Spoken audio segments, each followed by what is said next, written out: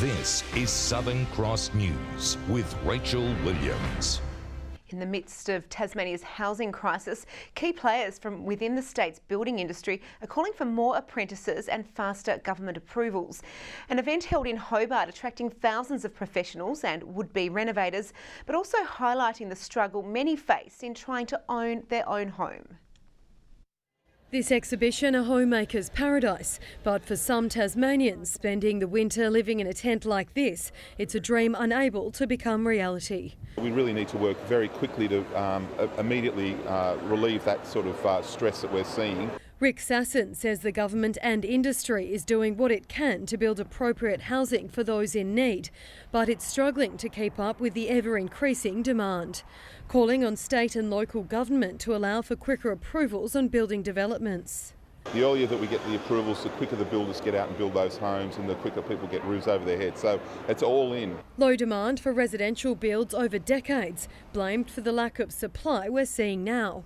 Most of the really serious activity, I guess, is occurring in the commercial sector. So, there's still a bit of disparity between the different segments. It's thriving, so that's a perfect opportunity for people to take on apprentices and secure the future of the industry.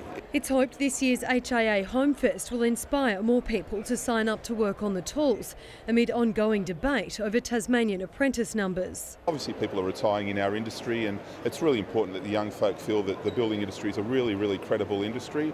It's no longer a mugs game. If all the tradesmen obviously are getting older, then in 10 years' time what's going to happen? 15,000 people expected to attend this weekend's event, from the traditional builder to those decking out their property. It's been a really great opportunity to be able to get the name out there and meet builders as well as meet people that are coming through. Aside from the interest in solar and having a panel system on your home, also battery storage is becoming quite prevalent. The doors open again at 10 o'clock tomorrow morning. Louise Hedger, Southern Cross News. Legislation to cap Tasmanian power prices will be tabled in State Parliament as early as Tuesday.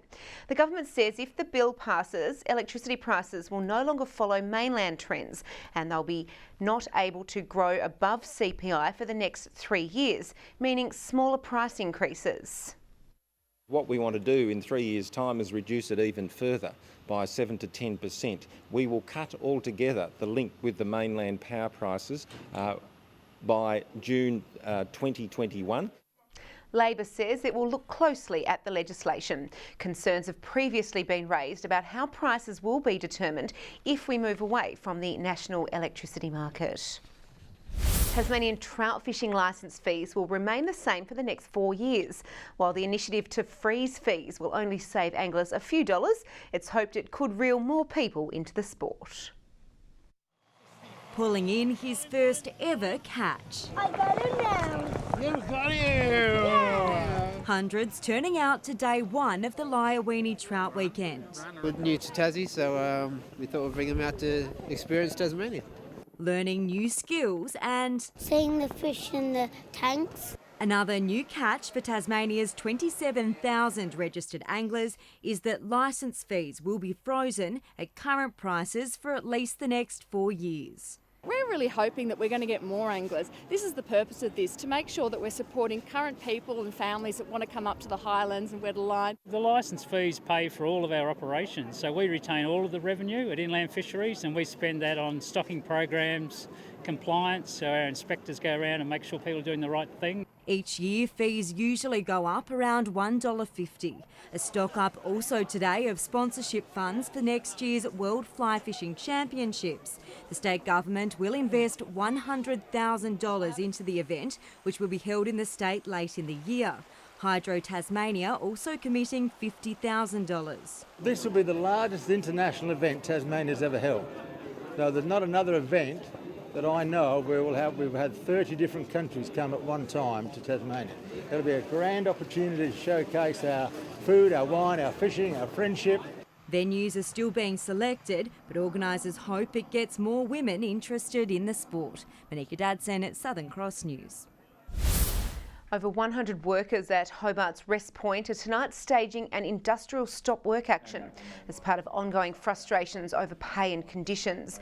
Unions and staff say they've been bargaining with the federal group for a 3% increase, but the company has only agreed to increase wages by 1%. Rest Point management says it will work to ensure the action doesn't impact customers. Well, families of all shapes and sizes turned out in droves today in a huge celebration as part of National Families Week. Relatives undertaking healthy activities in a bid to increase supportive community networks.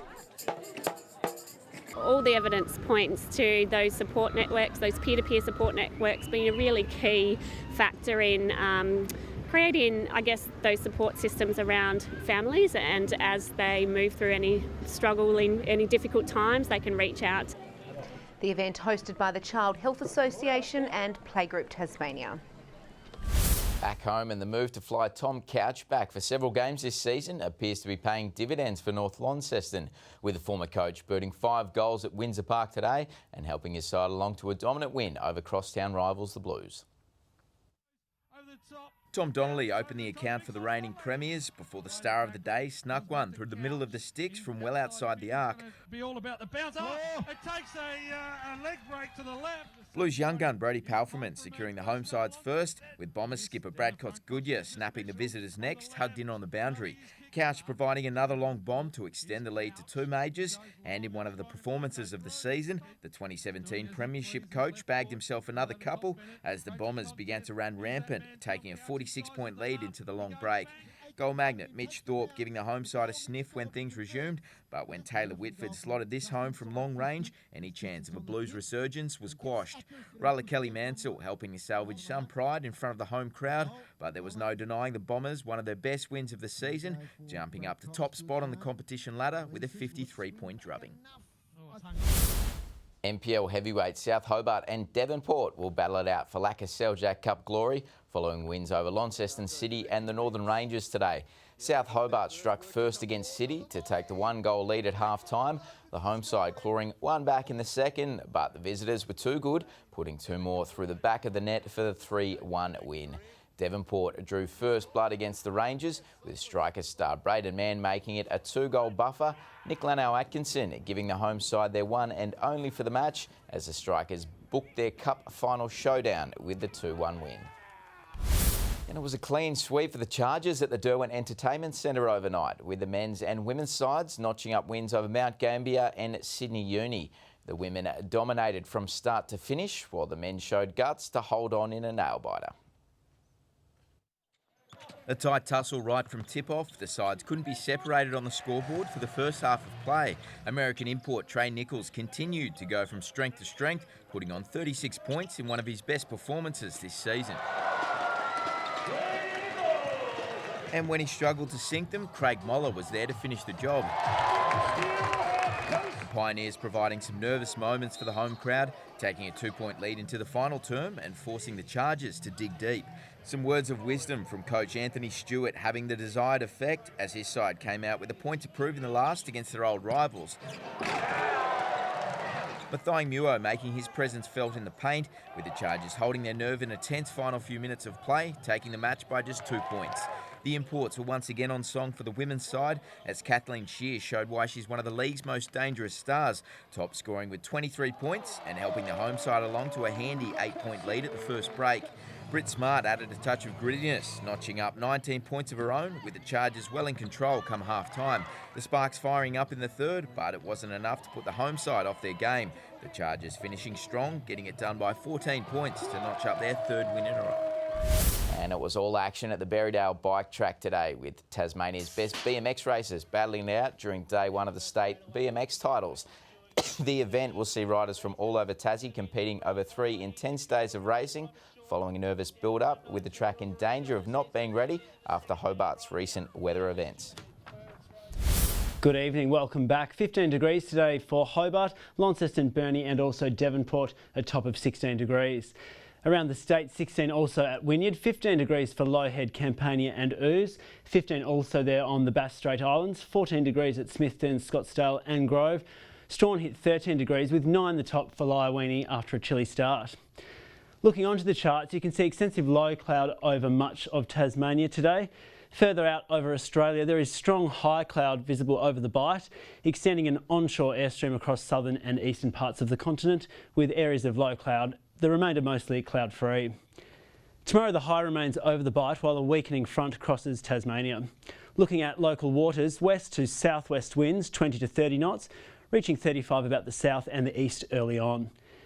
Looking at some warnings, there's a gale warning for lower eastern and southern coastal waters, a strong wind warning for all remaining coastal waters, and a small craft wind alert for southwest and central lakes. Showers for the south tomorrow, 14 for Hobart, Richmond 15, 13 at Ouse, 16 and cloudy in Launceston, 15 for Devonport, 13 the top at Deloraine. Showers for the northwest, 15 degrees for Burnie, 14 for Strawn with 16 at Curry, and 17 at St Helens, 15 degrees for Swansea and 16 the top for Whitemark. Looking ahead, so Monday has some showers about the west and the south as well as the Bass Strait Islands, fine elsewhere.